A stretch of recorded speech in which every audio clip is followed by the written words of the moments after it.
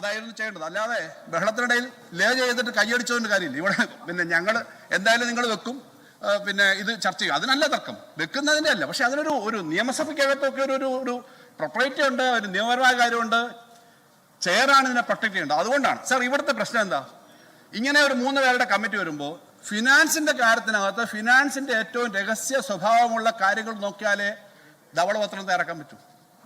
Sir ധവളപത്രം സാധാരണ തയ്യാറാക്കുമ്പോൾ ധവളപത്രം ആദ്യം ബ്രിട്ടീഷുകാരാണല്ലോ തുടങ്ങിയത്, അവിടുത്തെ ഗവൺമെന്റ് ഡോക്യുമെന്റ് ഇന്നിപ്പോൾ പ്രൈവറ്റ് മേഖലയിലുണ്ട്.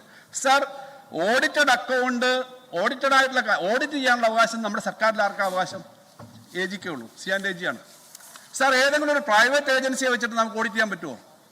ഇന്ത്യയിലെ ലോകത്തെ ഏറ്റവും പ്രശസ്തമായ ഓഡിറ്റ് ഓർഗനൈസേഷൻസിന് ഓഡിറ്റ് ചെയ്യാൻ പറ്റുമോ? അപ്പോൾ ഡിപ്പാർട്ട്മെന്റ് ആണ് എന്നും ഇത് പ്രിപ്പയർ ചെയ്യുന്നതും ധവളപത്രം ഇറക്കുന്നതും. സാർ ഇവിടെ 2011 UDF അന്ന് ഇറക്കിയ വൈറ്റ് പേപ്പറിന്റെ കോപ്പിയാണ് എൻ്റെ കയ്യിലുള്ളത്. അന്ന് അങ്ങ് ഈ സഭയിൽ അംഗമാണ്. സാർ ഫിനാൻസ് ഡിപ്പാർട്ട്മെന്റ് ആണ് അത് തയ്യാറാക്കിയത്. ഫിനാൻസിനകത്ത് ഫിനാൻസ് മിനിസ്റ്റർക്ക് അറിയാം ഡെയിലി നമ്മുടെ ഫിനാൻസിന്റെ ഫ്ലോയും ഇൻഫ്ലോയും ഔട്ട്ഫ്ലോയും പ്രൊജക്ഷനും ഒക്കെ ധനകാര്യമന്ത്രി കാണും, ധനാധിപ സെക്രട്ടറി കാണും, വളരെ കുറച്ച് ഉദ്യോഗസ്ഥന്മാരെ കാണും. സാർ ഇത്തരം കാര്യങ്ങളനുസരിച്ച് നമ്മൾ മാനേജ് ചെയ്യുന്നു. ഇവിടെ വലിയ ബഹളം ഉണ്ടാകുമ്പോൾ ഞങ്ങൾ കൊടുക്കും എന്ന് ധനകാര്യമന്ത്രി സഭയിൽ പറയുന്നത് ഈ രഹസ്യ ഡോക്യുമെന്റ് അതൊരു സീക്രട്ട് ആയിട്ടുള്ള കാര്യമാണ്, അറിയുന്നത് കൊണ്ടാണ്. ഞങ്ങൾക്ക് അതിനൊരു പ്ലാനിങ് കാണും, ഇപ്പോഴും പ്ലാനിങ് കാണും. സാർ ഈ ഡോക്യുമെന്റ് എല്ലായിടത്തും പുറത്ത് കൊടുക്കുക എന്ന് പറഞ്ഞാൽ ഔദ്യോഗിക രഹസ്യ രേഖകൾ ആർക്കും കൊടുക്കില്ല എന്നുള്ള സത്യപ്രതിജ്ഞയുടെ ലംഘനം കൂടിയാണ് സാർ. അങ്ങനെ കൊടുത്തിട്ടുണ്ടെങ്കിൽ അതൊരു ക്രമപ്രശ്നമല്ലേ?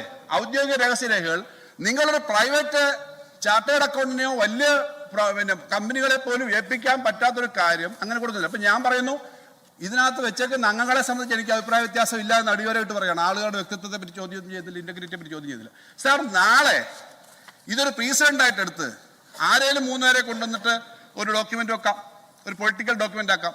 പിന്നെ ഇപ്പൊ ഇവർക്ക് കൊടുത്തേക്കുന്ന കാര്യം തന്നെ മൊത്തം അവർക്ക് കിട്ടുന്ന വെച്ചല്ലേ അവർക്ക് പറയാൻ പറ്റുള്ളൂ.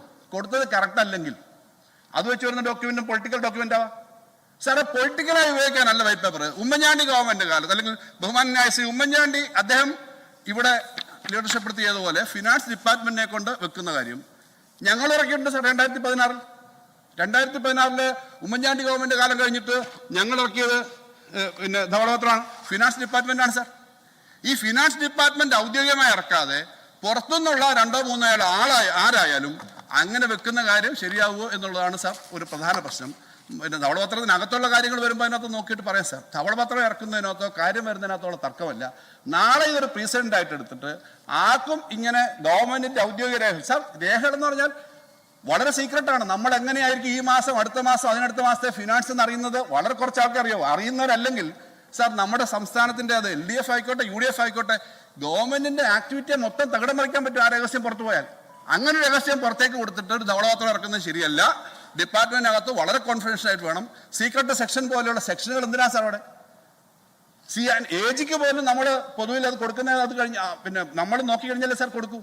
AGക്ക് പോലും കൊടുക്കാത്ത കണക്ക് പുറത്തെടുത്തിട്ട് കൊടുത്തിട്ടാണോ തയ്യാറാക്കുന്നതെങ്കിൽ അത് അത്ര ശരിയായ ഒരു കാര്യമല്ല. അതൊരു ഭരണഘടനാ ലംഘനമാണ്, സത്യപ്രതിജ്ഞാ ലംഘനമാണ്. ഈ ഗവൺമെന്റിന്റെ സർക്കാരിന്റെ 1 വർഷത്തേക്ക് 2 ലക്ഷമോ 2.25 ലക്ഷമോ കോടി കൈകാര്യം ചെയ്യാനുള്ള ചുമതല ഏൽപ്പിച്ചിരിക്കുന്ന സർക്കാർ, എക്സ്ചക്കർ ഏൽപ്പിച്ചിരിക്കുന്ന സർക്കാർ, അതിന്റെ ധനകാര്യമന്ത്രി വകുപ്പ് ഈ കാര്യങ്ങൾ രഹസ്യമായി കൈകാര്യം ചെയ്യുന്നതിന് പകരം ഡിപ്പാർട്ട്മെന്റ് ഉദ്യോഗസ്ഥന്മാരെ വിശ്വാസത്തിലെടുക്കുന്നതിന് പകരം പരസ്യമായിട്ടല്ല ചെയ്യേണ്ടത്. Integrity of the officers and not the particular people. ഞാനത് ക്വസ്റ്റ്യൻ ചെയ്യുന്നില്ല. പക്ഷേ ഇതൊരു പ്രീസിഡന്റ് ആണ്. ആ പ്രീസിഡന്റ് ഒക്കെ നാളെ ആരെയും കൊണ്ടുവന്ന് ചെയ്യിക്കാം, അത് ചെയ്യാൻ പാടില്ല. അതൊരു പ്രശ്നമാണ്, അതൊരു ഭരണഘടനാ പ്രശ്നമാണ്, അല്ലെങ്കിൽ നമ്മുടെ ഒരു പ്രൊപ്പറേറ്ററുടെ പ്രശ്നമാണ്, സഭയുടെ അവകാശത്തിന് നമ്മുടെ നിയമത്തിന്റെ അവകാശത്തിന് മേലുള്ള കടന്നുകയറ്റമാണ്. അതുകൊണ്ടാണ് സാർ ആ ഒബ്ജക്ഷൻ പറയുന്നത്. അതിനെ സംബന്ധിച്ച് റൂളിംഗ് വേണം. ഗവൺമെന്റ് ലേ എന്ന് പറഞ്ഞാലും റൂളിംഗ് വേണം സാർ. ഇത് നാളെ ഒരു ചരിത്രമായി കൂടാ.